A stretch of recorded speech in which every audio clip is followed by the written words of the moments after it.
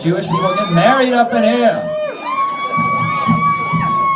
Ladies and gentlemen, our final student comedian. Put your hands together, everyone, for Jackie Paul. Let's go!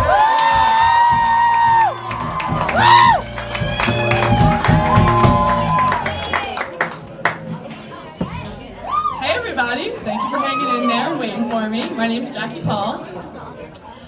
So have you ever felt like your life is just going way too fast? Like you're in a car and someone else is standing on the gas pedal and you can't get them to get off?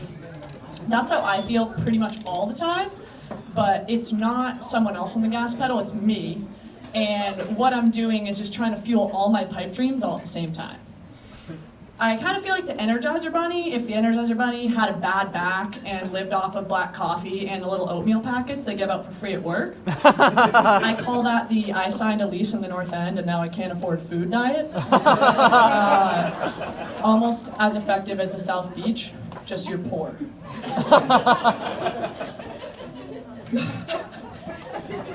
All night, guys. I'm on glass like 5.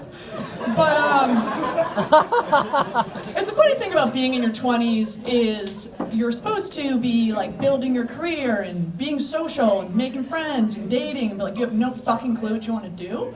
So I am in this plan where I try to just like build all the careers at the same time. So where has that landed me?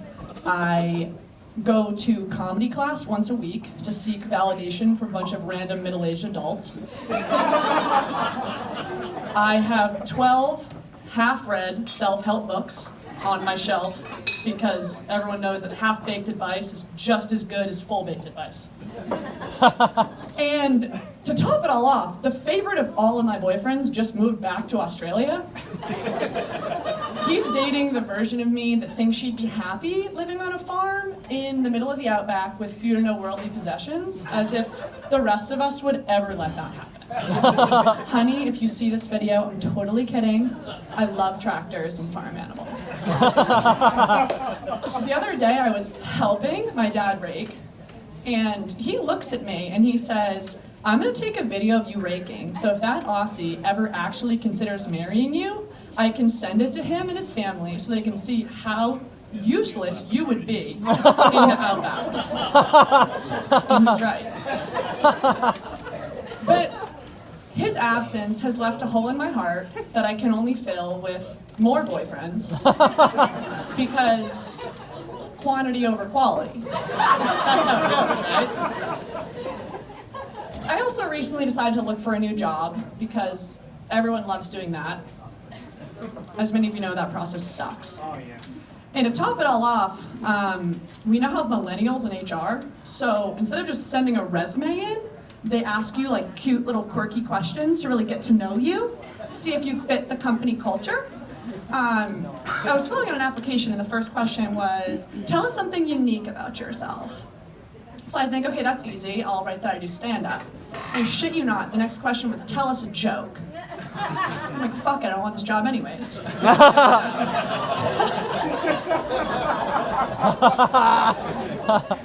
I also decided recently just to pile right on top to try to learn how to play the piano.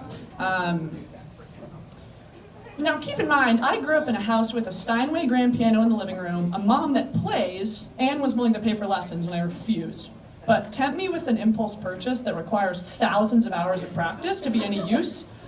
And yes, Amazon, I would love to one-click purchase a piano from an 800 square foot apartment and not even look at the cart before I do it.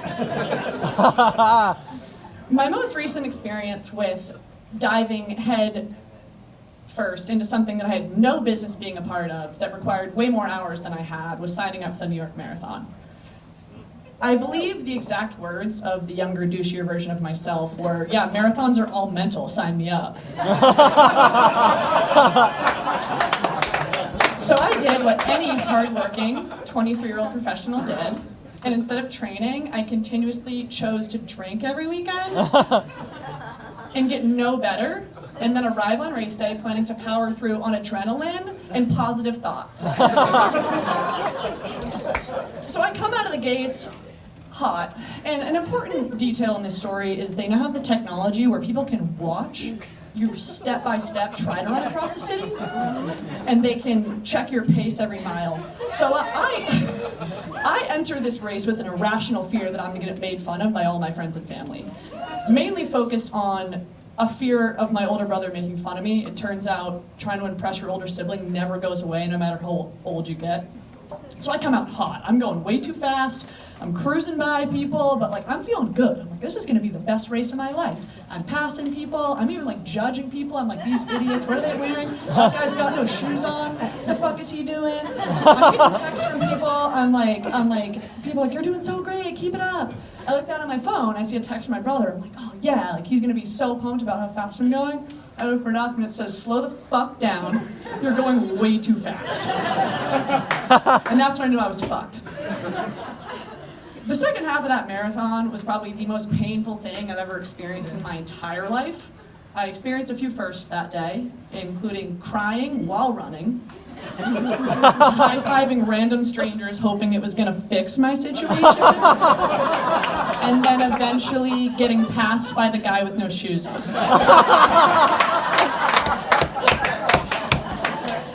Thank you so much, everyone. I was really nervous to get up here because I accidentally invited a few of my boyfriends here tonight. Sorry, gents. That's my time. My name's Capo.